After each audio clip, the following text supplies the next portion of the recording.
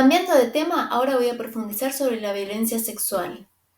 Desde una perspectiva histórica, durante siglos, los hombres gozaron de una posición de poder y privilegio que se traducía en una desventaja para las mujeres. La violencia sexual era normalizada y respaldada por las estructuras legales y culturales de la época.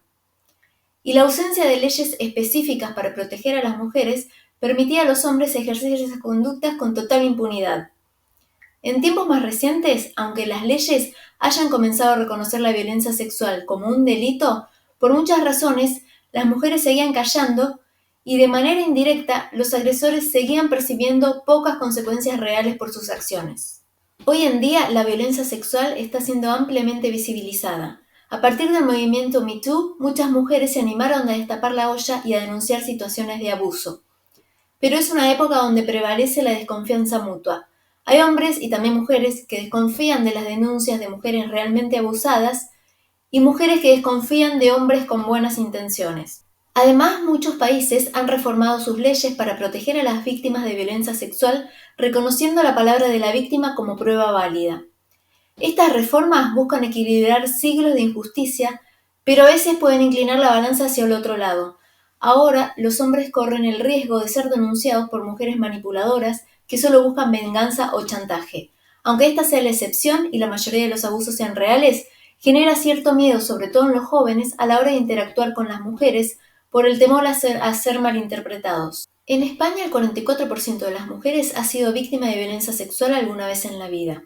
Y considerando que hay muchas víctimas que no denuncian, ese número en realidad es mayor. De las víctimas, entre el 60 y el 70% son menores de edad, y el 75% de los agresores pertenecen al entorno de la víctima.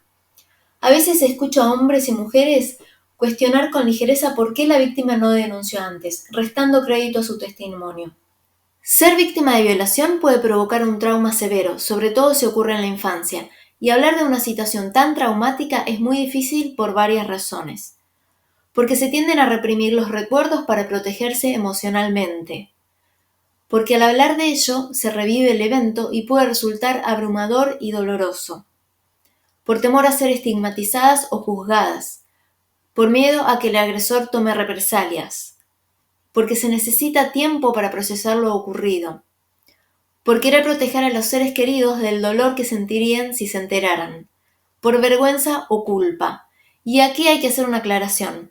La culpa funciona como un mecanismo de defensa en estos casos, porque da una falsa sensación de control. De esta forma, la víctima inconscientemente cree que pudo haber evitado lo sucedido y le ayuda a ser más tolerable la indefensión. La culpa también es reforzada por mitos culturales sobre la violación. Muchas veces escuchamos a personas comentar frases como si está borracha que espera, o si se viste así, o ella lo provocó, o si no hay resistencia no hay violación, o los hombres no pueden controlar sus impulsos. Vamos a imaginarnos una situación. ¿Qué pasaría si encerráramos a 5 leones de la sabana africana en una jaula y un hombre por su propia voluntad se meta en la jaula? Lo más probable es que los leones se lo devoren. ¿Y qué pensaríamos? Que la persona se lo buscó, que hacía metida en una jaula llena de leones, que era inevitable, porque esa es la naturaleza de los leones, salvaje y carnívora. Ahora cambiemos a los leones por hombres, al hombre por una mujer, a la jaula por una habitación y al verbo devorar por violar. Ella se lo buscó, ¿qué hacía metida en una habitación llena de hombres y por su propia voluntad? Era inevitable, porque esa es la naturaleza de los hombres, salvaje y sexual. ¿De verdad que los hombres son incapaces de compartir un espacio físico con una mujer sin violarla? Después de millones de años de evolución, ¿el Homo sapiens todavía no aprendió a dominar sus impulsos? Responsabilizar a la víctima de la violación es, entre otras cosas, un insulto al hombre civilizado.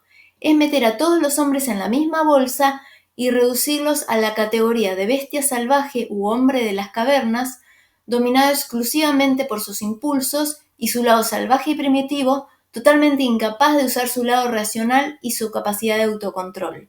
Ahora vamos a imaginarnos otra situación un poco más cotidiana. Supongamos que estamos con nuestra pareja. Es una relación sana y estamos teniendo relaciones. Acabamos de empezar y de repente pasa algo que nos obliga a parar. Por ejemplo, alguno de los dos comienza a sentir un dolor intenso en alguna parte del cuerpo, o nuestro hijo de 5 años abre la puerta de la habitación y nos ve en esa situación, lo que sea. ¿Qué hacemos en ese caso? ¿Qué hace el hombre sobre todo? ¿Para o sigue hasta el final descontroladamente como cuando hacemos pis y sale el primer chorrito y ya no lo podemos controlar? ¿A qué no es tan complicado parar cuando hay que hacerlo, no?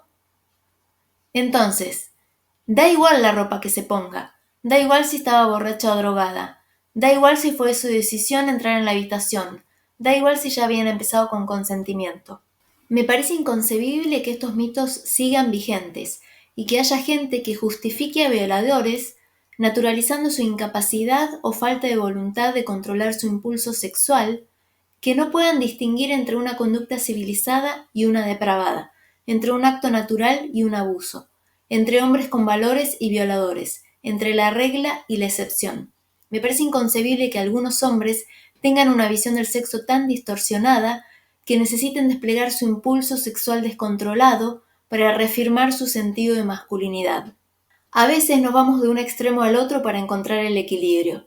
El próximo paso es llegar a un punto medio en la balanza donde la búsqueda de justicia no signifique una inversión de roles opresores, en el que todos los hombres tomen conciencia de sus acciones y sus consecuencias y actúen respetando el consentimiento y el deseo de la mujer, y en el que todas las mujeres ejerzan sus derechos de manera responsable y sin manipulación, y puedan relacionarse de manera natural con los hombres sin ponerse a la defensiva.